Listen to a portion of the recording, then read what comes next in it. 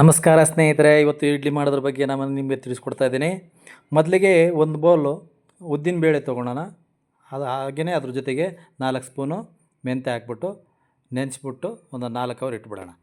ಆಮೇಲೆ ಒಂದು ಬೌಲ್ ಆಗೋಷ್ಟು ರೈಸು, ರೆಡಿ ಇರೋ ರೈಸ್ ತೊಗೊಂಡು, ಆಮೇಲೆ ನೆನೆಸಿಟ್ಟಿರ್ತಕ್ಕಂಥ ಉದ್ದಿನಬೇಳೆನ ಮತ್ತು ರೈಸನ್ನು ಎರಡನ್ನೂ ಮಿಕ್ಸಿ ಜಾರಿಗೆ ತೊಗೊಂಡು ಎರಡನ್ನೂ ಸೇರಿಸಿ ಚೆನ್ನಾಗಿ ಇದನ್ನು ರುಬ್ಕೊಬೇಕು.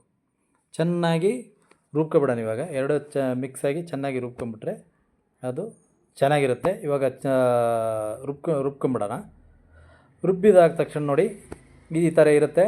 ನೆಕ್ಸ್ಟ್ ನಾವು ಅದಕ್ಕೆ ಅಕ್ಕಿ ಹಿಟ್ಟು, ತರಿಯಾಗಿರತಕ್ಕಂಥ 2 ಕಪ್ಪು ಅಕ್ಕಿ ಹಿಟ್ಟನ್ನು ಅದಕ್ಕೆ ಹಾಕಿ ಚೆನ್ನಾಗಿ ಬೆರೆಸಿಬಿಟ್ಟು ಅದನ್ನು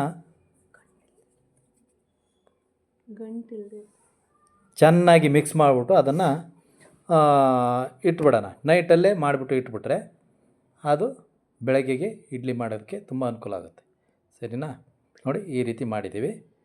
ನೆಕ್ಸ್ಟ್ ಬೆಳಗ್ಗೆ ನಾವು ನೋಡಿ ಅದಕ್ಕೆ ರುಚಿಗೆ ತಕ್ಕಷ್ಟು ಎಷ್ಟು ಬೇಕು ಅಷ್ಟು ಉಪ್ಪನ್ನು ನಾವು ಹಾಕಿಬಿಟ್ಟು ಅದನ್ನು ಚೆನ್ನಾಗಿ ಮಿಕ್ಸ್ ಮಾಡ್ಕೋಬೇಕು. ಅದು ಮತ್ತೆ ನೀರೇನು ಹಾಕೋಕೆ ಹೋಗಬೇಡಿ. ಅದು ಚೆನ್ನಾಗಿ ಮಿಕ್ಸ್ ಮಾಡಿದ್ರೆ ಅದು ನೀರಾಗುತ್ತೆ ಅದನ್ನೇ. ಆಮೇಲೆ ಇಡ್ಲಿಗೆ ಈಗ ರೆಡಿ ಮಾಡ್ಕೊಳ್ಳೋಣ. ಇಡ್ಲಿ ಹಾಕೋಕ್ಕಿಂತ ಮುಂಚೆನೇ ನಾವು ಏನು ಮಾಡಬೇಕಂದ್ರೆ ನೀರನ್ನು ಬಿಸಿ ಮಾಡಲಿಕ್ಕೆ ಇಟ್ಕೊಂಬಿಟ್ಟು ಆಮೇಲೆ ನಾವು ಇಡ್ಲಿಗೆ ಹಾಕೋಕ್ಕೆ ರೆಡಿ ಮಾಡ್ಕೋಬೇಕು.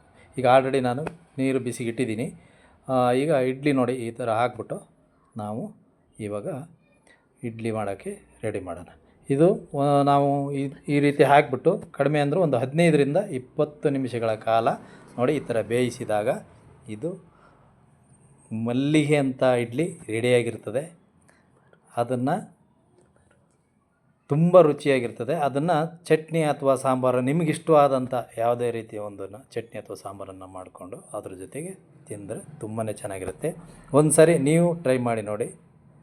ಆಮೇಲೆ ಅದ್ರ ಬಗ್ಗೆ ನಮಗೂ ಒಂದು ಹಿಂಟ್ ಕೊಡಿ. ದಯವಿಟ್ಟು ನಮ್ಮ ವಿಡಿಯೋ ನೋಡಿ, ಲೈಕ್ ಮಾಡಿ, ಶೇರ್ ಮಾಡಿ, ಸಬ್ಸ್ಕ್ರೈಬ್ ಮಾಡಿ.